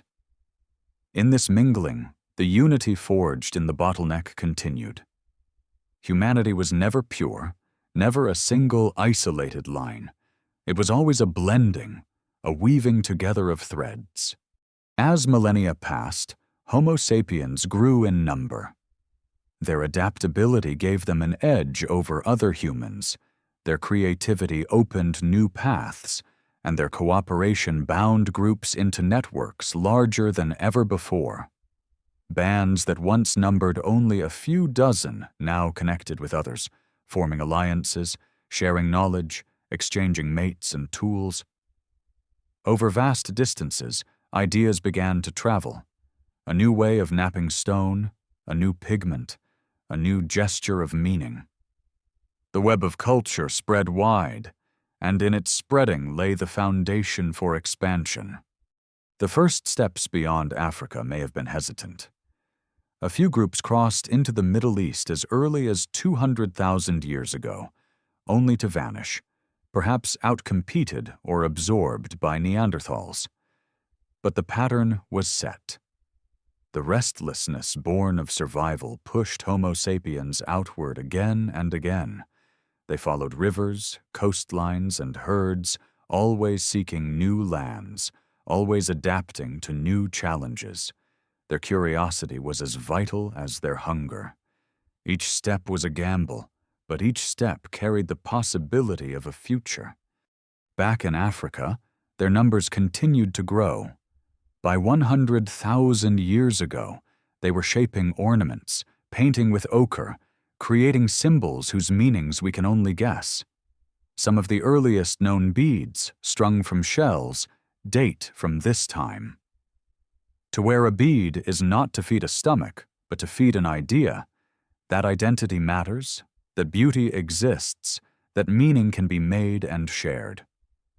These beads, fragile and ancient, are among the first clear signs that humanity had begun to see itself not only as survivors, but as storytellers. And so, within Africa, Homo sapiens prepared for the journey that would carry them across the world. They had fire, tools, language, imagination, cooperation, and above all, adaptability. They were no stronger than Neanderthals, no more mysterious than Denisovans, but they were more flexible, more restless, more willing to move into uncertainty. The same traits that had saved their ancestors in the Bottleneck now prepared them for expansion. The Great Migration was still to come, but already the path had been set. When we think of humanity today, our cities, our technologies, our endless diversity, it is easy to forget how fragile it all is. The roots lie not in triumphal conquest, but in the persistence of people who endured when survival was never guaranteed. The Homo sapiens who first thrived in Africa were the heirs of 1,280 survivors. Their strength lay not in certainty, but in adaptability, not in isolation, but in connection, not in abundance, but in imagination. And it was these qualities that would carry them across deserts, seas, and continents until their footprints marked the earth from end to end. When Homo sapiens finally began their great journeys out of Africa, they stepped into a world already inhabited. The lands they entered were not empty, but alive with cousins, other humans who had been shaped by the same bottleneck, yet had taken different paths. In the valleys and mountains of Europe waited the Neanderthals, masters of cold and ice. Across the expanse of Asia lingered the Denisovans, their presence marked more by the genes they left behind than by the bones that would ever be found. To leave Africa was not only to explore new landscapes, but to encounter mirrors, others who looked like us, thought like us, yet were not us. The first meetings must have been charged with tension. Imagine a small band of Homo sapiens emerging from a desert pass into a valley where fires already burned. The figures by the flames are broad-shouldered, their faces different, their voices strange. Do they greet them? Do they fight? Do they watch from the shadows? We cannot know the exact moment of contact, but we know its results. There was conflict, but there was also connection. Bloodlines mingled, and to this day, every person outside of Africa carries fragments of Neanderthal DNA, reminders of unions between species who were at once rivals and kin. These encounters were not fleeting. For thousands of years, Homo sapiens and Neanderthals shared the same lands, their territories overlapping, their lives intersecting. Some exchanges were violent. Archaeological sites show evidence of trauma, of weapons used against one another. But others were intimate. Children were born of mixed heritage, carrying traits of both lineages. Through them, the boundaries between species blurred, proving that humanity has never been a single, simple thread. It has always been a weave, tangled and interlaced. The same story unfolded in Asia. As modern humans spread eastward, they met Denisovans. Here, too, the encounters left a genetic legacy, one still carried in the blood of people from Tibet to New Guinea. These were not accidental meetings, but repeated minglings, a pattern of contact and exchange stretching across millennia. Though the Denisovans themselves would vanish, their gifts remained. Adaptations that allowed survival at high altitudes, genes that shaped immune systems. Their disappearance was not absolute, it was transformation. Why, then, did Homo sapiens emerge as the dominant species while the others faded? The answer may lie in adaptability. Neanderthals were perfectly suited to their environment, but they were specialists. When climates shifted and prey grew scarce, their strategies faltered. Denisovans, too, thrived in specific regions, but left little evidence of large populations or wide networks. Homo sapiens, by contrast, were generalists. They could survive in deserts, forests, coastlines, and mountains. They built wider social webs, exchanging not only mates but knowledge, creating cultural networks that extended far beyond a single band. Their restlessness drove them ever onward, and their imagination allowed them to see possibilities others did not. Language may have played a role. The capacity for complex speech allowed Homo sapiens to plan hunts in detail, to coordinate larger groups, to share ideas that reached beyond the immediate. Around their fires, stories carried not just memory, but imagination, envisioning futures and possibilities. This gave them an edge in cooperation, in innovation, in creating strategies flexible enough to adapt to changing worlds. Neanderthals and Denisovans may have spoken, but the richness of Homo sapiens' language could have made the difference between surviving and thriving. The encounters were not only genetic, but cultural. Tools exchanged, methods borrowed, ideas passed from one group to another. Some Neanderthal sites show evidence of ornaments and pigments after contact with modern humans, suggesting influence and inspiration. In turn, Homo sapiens may have learned from their cousins how to master new environments. These meetings were not one-sided, but reciprocal, a blending of knowledge as much as of blood.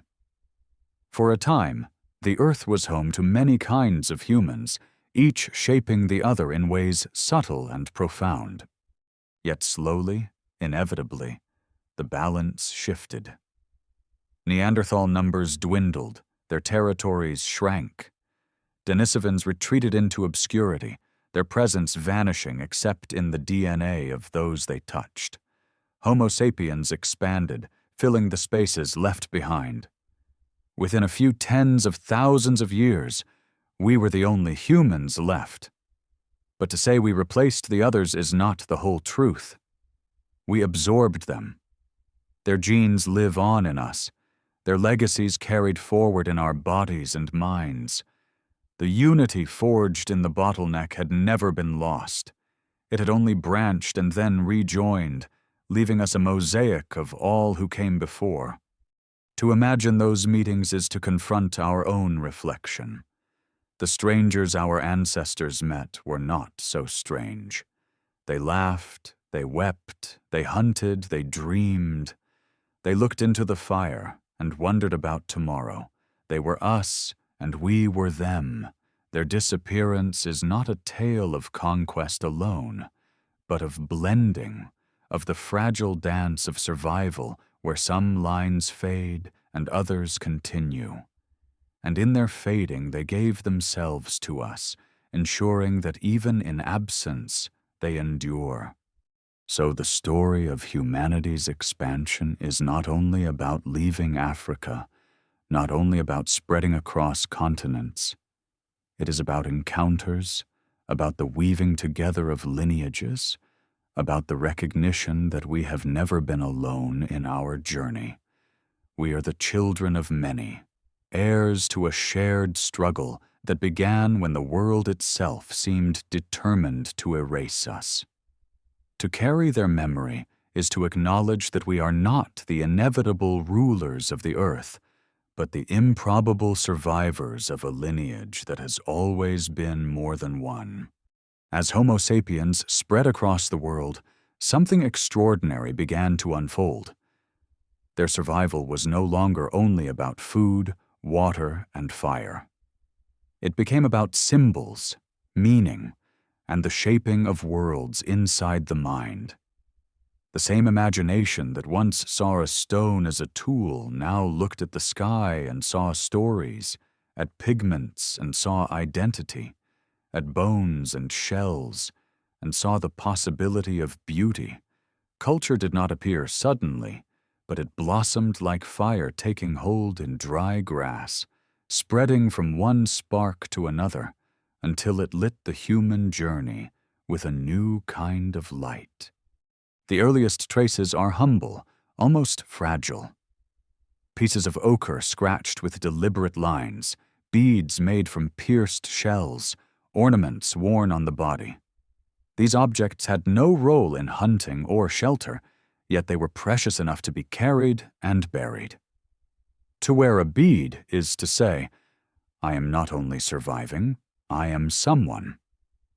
In that gesture lies the birth of symbolism, the moment when humans began to express not only what they needed, but who they were. It is the beginning of identity, of culture, of self-awareness shared with others. From ornaments grew rituals. Graves became more elaborate, bodies positioned with care, sometimes accompanied by tools or pigments. To bury a body is to acknowledge that death has meaning, that a life is not simply erased, but must be marked. Perhaps they believed in spirits, in journeys beyond death. Perhaps they simply could not bear to abandon their loved ones to the open earth. Either way, the act reveals something profound. The recognition of memory, of continuity, of a story larger than the individual. The dead were no longer only gone. They were remembered, honored, even imagined as still present. Art soon followed. In caves across Africa and later Europe, handprints and animal forms began to appear, painted in ochre and charcoal, etched into stone. These images were not idle decoration. They carried meaning, whether as magic for the hunt, as teaching tools, or as spiritual offerings. A hand pressed against stone is both a declaration and a prayer. I was here, I exist. It is humanity leaving a mark not for survival, but for remembrance. With each line, each figure, each burst of pigment, Homo sapiens carved themselves into the fabric of time. This flowering of culture was tied to language, which now allowed for stories richer than simple instruction. Around the fire, people began to tell not only where to find water or how to make tools, but tales of origin, of animals that spoke, of ancestors who lingered in the sky as stars. Myths were born, not because they were literally true, but because they held emotional truth, binding groups together, giving meaning to suffering, hope to endurance. A story shared was more powerful than a tool, for it could survive even when objects were lost.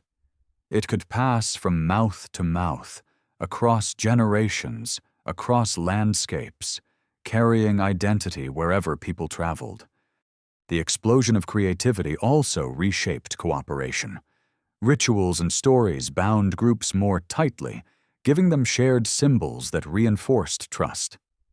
Music, perhaps simple rhythms on wood or bone flutes, created unity, synchronizing movement and emotion. Dance, gesture, and chant turned gatherings into ceremonies, strengthening bonds. These cultural tools were as essential as spears and fires, for they expanded the scale of cooperation. Where once trust was limited to family, now it could extend to larger groups, united by shared beliefs and symbols.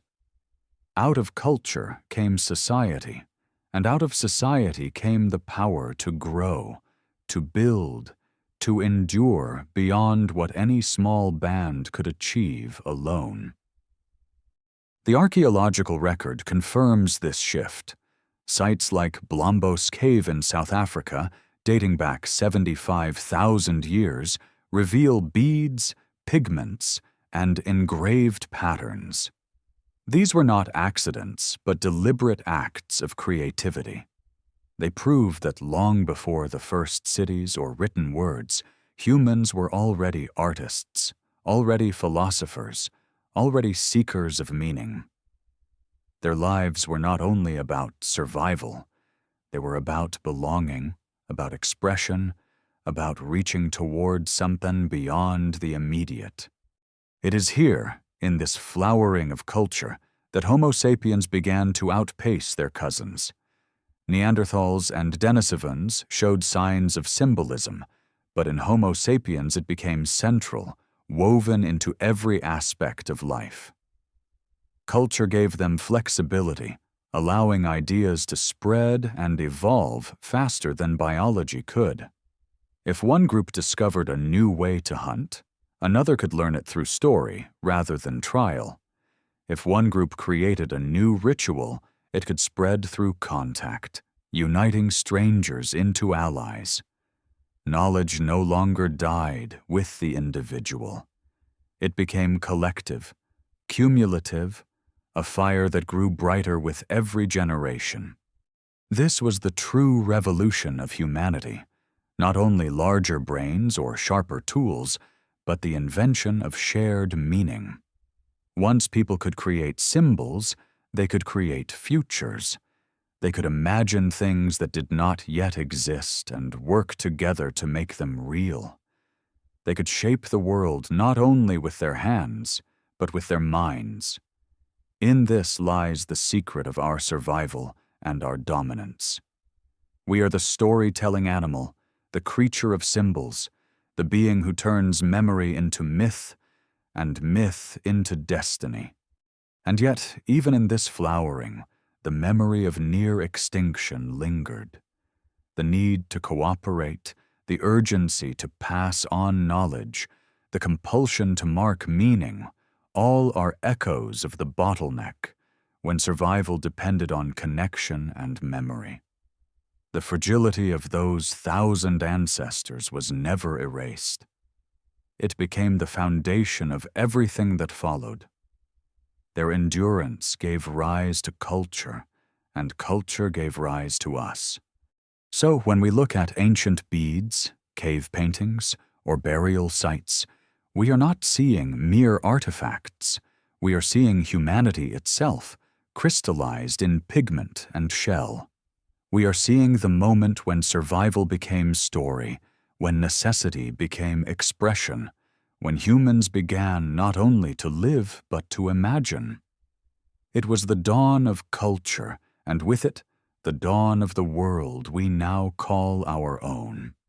As the spark of culture grew into flame, Homo sapiens began to move outward in waves, carrying with them not only tools and fire, but songs, stories, and symbols. Their numbers were no longer counted in mere thousands. Populations expanded, nourished by adaptability, and bound together by rituals that made groups larger and more cohesive than ever before. Where once survival had depended on tiny bands clinging to hidden valleys, now humans walked boldly across continents, filling landscapes once thought too harsh to endure. The expansion was not sudden, nor was it uniform. For tens of thousands of years, groups pressed outward along coastlines, following rivers, exploring mountain passes. They left Africa and entered the Middle East again, this time not to vanish, but to remain. Some drifted into Europe, where they encountered the Neanderthals. Others traveled east into Asia, where the shadows of Denisovans lingered.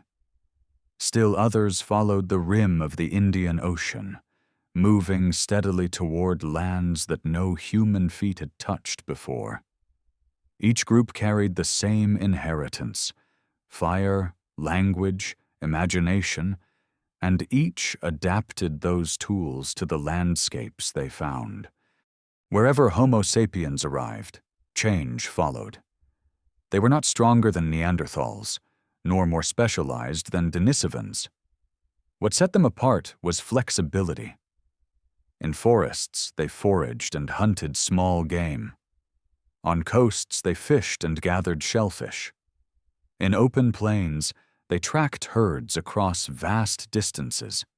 Their diets could shift quickly. Their tools could be remade for new purposes. Their strategies adapted without hesitation. This plasticity allowed them to thrive in environments where others faltered. It was not perfection that gave them an edge, but versatility.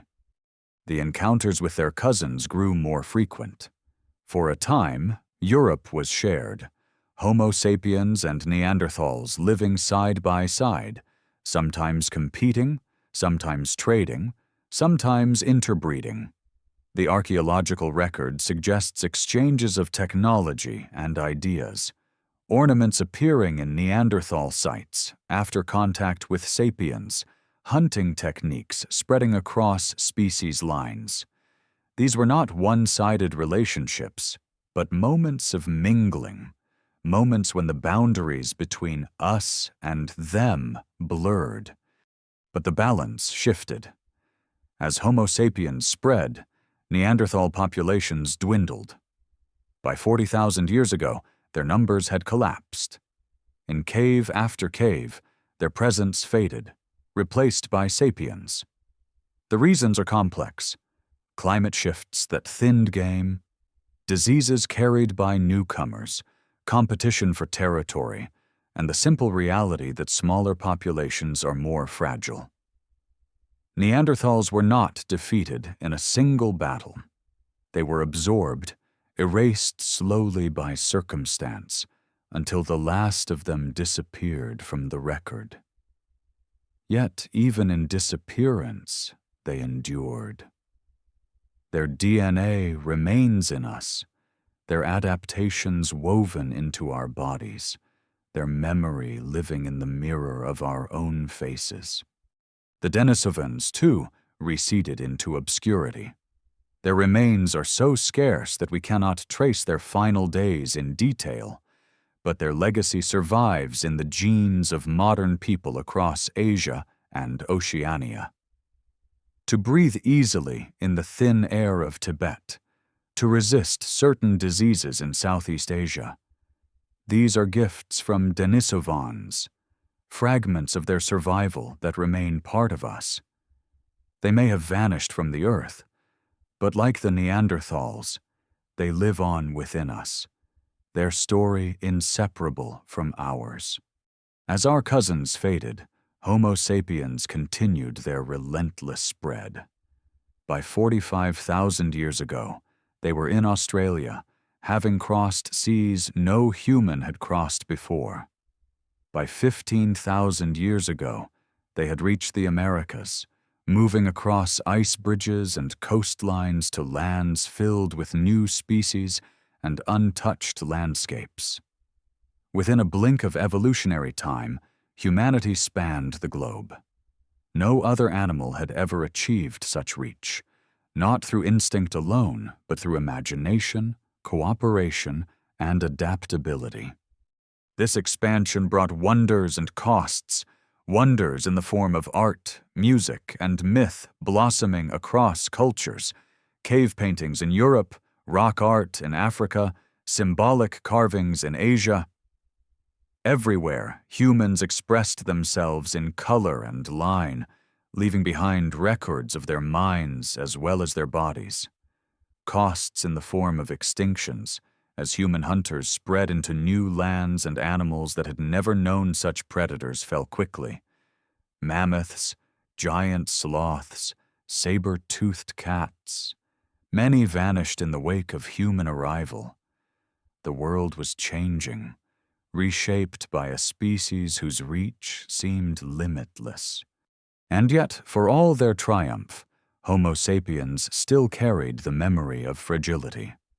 The scars of the bottleneck remained in their DNA, in their low genetic diversity, in their vulnerability to disease. Their survival was never guaranteed. It was the fragile inheritance of 1,280 ancestors, stretched across time, still echoing in every generation. Perhaps this is why rituals of protection, prayers to the sky, offerings to the dead, grew so strong. To survive was to acknowledge danger, to plead with unseen forces, to mark every victory over hunger or sickness with gratitude. Culture was not only celebration, it was also defense, a way of binding people together against the shadows of extinction. By the time the last Neanderthal had vanished, Homo sapiens stood alone as the only surviving humans. But they were not alone in truth. They carried within them the blood of Neanderthals and Denisovans, the memory of ancient cousins. Their dominance was not a story of conquest alone, but of mingling, absorption, inheritance. The unity forged in the bottleneck had expanded into diversity, and that diversity had been folded back into a single surviving lineage. Humanity was one, but humanity was many. The great expansion across the globe was not inevitable. It was the improbable triumph of a species that should have disappeared hundreds of thousands of years earlier. To look at the spread of Homo sapiens is to see the echo of that early survival multiplied on a planetary scale. What was once a handful of fires in the dark had become a blaze across continents. And yet the memory of those fragile beginnings lingered, a reminder that everything we have is built on a thread that might have snapped at any moment. As Homo sapiens spread across the continents, their numbers grew, and with growth came transformation. For hundreds of thousands of years, human life had been shaped by movement, bands of foragers following herds, tracking seasons, shifting with rivers and rains. But as populations expanded and landscapes filled, the rhythm began to change. No longer was every band entirely alone in vast spaces. Groups encountered one another more often, exchanged ideas, formed alliances, and sometimes clashed. Slowly, the scattered threads of humanity began to weave into larger patterns, networks that reached farther than ever before. At first, this meant little more than broader exchange, tools or pigments moving from one valley to another, techniques for hunting or gathering spreading across regions. But over time, the networks grew denser, and with them grew the capacity for complexity. When ideas could be shared widely and built upon, progress accelerated. A stone blade could be refined into a finer spearhead. A pigment once used only for decoration could become part of ritual. Knowledge accumulated not just within a band, but across entire regions, passed from group to group, preserved in memory and story. For tens of thousands of years, this was enough. But then came a shift that would alter the human story forever: the control of food itself. Around 12,000 years ago, in places like the Fertile Crescent of the Middle East, the Yangtze Valley in China, and the highlands of the Andes, people began to cultivate plants deliberately. What had once been gathered was now planted. What had once been hunted was now tamed. It was not a single discovery, but a slow unfolding, 1,000 small realizations that seeds dropped near a camp might sprout, that certain animals could be bred for docility, that the rhythms of nature could be bent, however slightly, to human need. This was agriculture, the turning point when humanity ceased to be entirely at the mercy of the wild. With it came permanence. Villages grew where fields could be tended. Populations swelled, for food was more reliable, and children could be raised in greater numbers. The world of wandering bands gave way to the world of settlements, of communities that stayed rooted to one place long enough to build. From this soil, civilization itself would eventually rise. But agriculture was not a simple blessing. It brought abundance, yes, but also dependence. Crops could fail, herds could be struck by disease, and a bad season could mean starvation for entire villages. Foragers had been flexible, shifting their diets with the seasons. Farmers were bound to the fate of their fields. Their lives were richer in some ways, poorer in others. Yet the momentum was unstoppable. With agriculture, more people could live together, more ideas could be shared, more power could be accumulated. The seeds of empire were sown. Alongside farming came storage.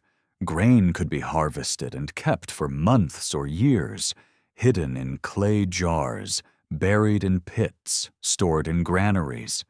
For the first time, food could outlast the season, creating security but also hierarchy. Those who controlled the stores controlled life itself. Inequality emerged, fragile at first, then solidifying into the structures of chiefs and kings. Humanity, which had survived the bottleneck through cooperation and equality, now found itself inventing hierarchy, stratifying into classes, dividing power. The same adaptability that had once saved us now allowed us to build systems that could dominate, as well as sustain. And yet, even in these early villages, the old instincts endured. Around fires, people still told stories, painted on walls, buried their dead with care. Art and ritual flourished, now amplified by the permanence of settlement. Symbols carved into stone, patterns woven into textiles, songs carried across generations. These were not luxuries but necessities, binding growing communities together. As groups grew larger, culture became glue, the only force strong enough to hold strangers in cooperation. Religion, myth, ritual, all were extensions of the ancient practices born in the bottleneck, scaled up to new societies. The memory of fragility never fully faded. Even with fields of grain, people feared famine. Even with herds, they feared loss. And so prayers rose to the sky. Offerings were made to gods of rain and harvest. Rituals performed to guard against the shadows of extinction. These beliefs were not foolishness, but echoes of the deep past, the instinct to mark meaning in uncertainty, to seek control in a world that had once nearly destroyed us. From them came the great myths, the cosmologies, the sacred texts that still shape humanity today. By this time, Neanderthals and Denisovans were long gone, absorbed into our bloodlines, their separate identities erased by time. Yet their legacy lived on, invisibly guiding our bodies, invisibly shaping our destinies. We were alone now, the only humans left. But we were never truly alone. Every harvest, every village, every song carried the voices of those who had come before, woven into the fabric of our DNA. As agriculture spread, so too did humanity's reach. Villages became towns, towns became cities, and cities became civilizations. Walls rose, temples were built, kings declared their power. Writing appeared, preserving knowledge not only in memory but in marks that outlived generations. The human story, once nearly lost in the silence of extinction, now rang loudly in the clang of bronze, the carving of stone, the chants of priests. From the handful of survivors 900,000 years before had grown a species that reshaped the earth itself, and yet beneath the triumph, the old fragility still lingered. Diseases spread faster in crowded settlements. Famine struck harder when fields failed. Wars erupted as rulers sought control over land and food. Progress carried danger, just as survival once had. Humanity had traded one crucible for another, one trial for new and different ones. But the pattern remained. Endure, adapt, change. It was the same rhythm that had carried us through the bottleneck, now playing on a grander stage. From the silence of near extinction to the roar of civilization, the thread had never broken. It stretched unbroken across the ages, carrying forward the improbable survival of 1,280 ancestors into the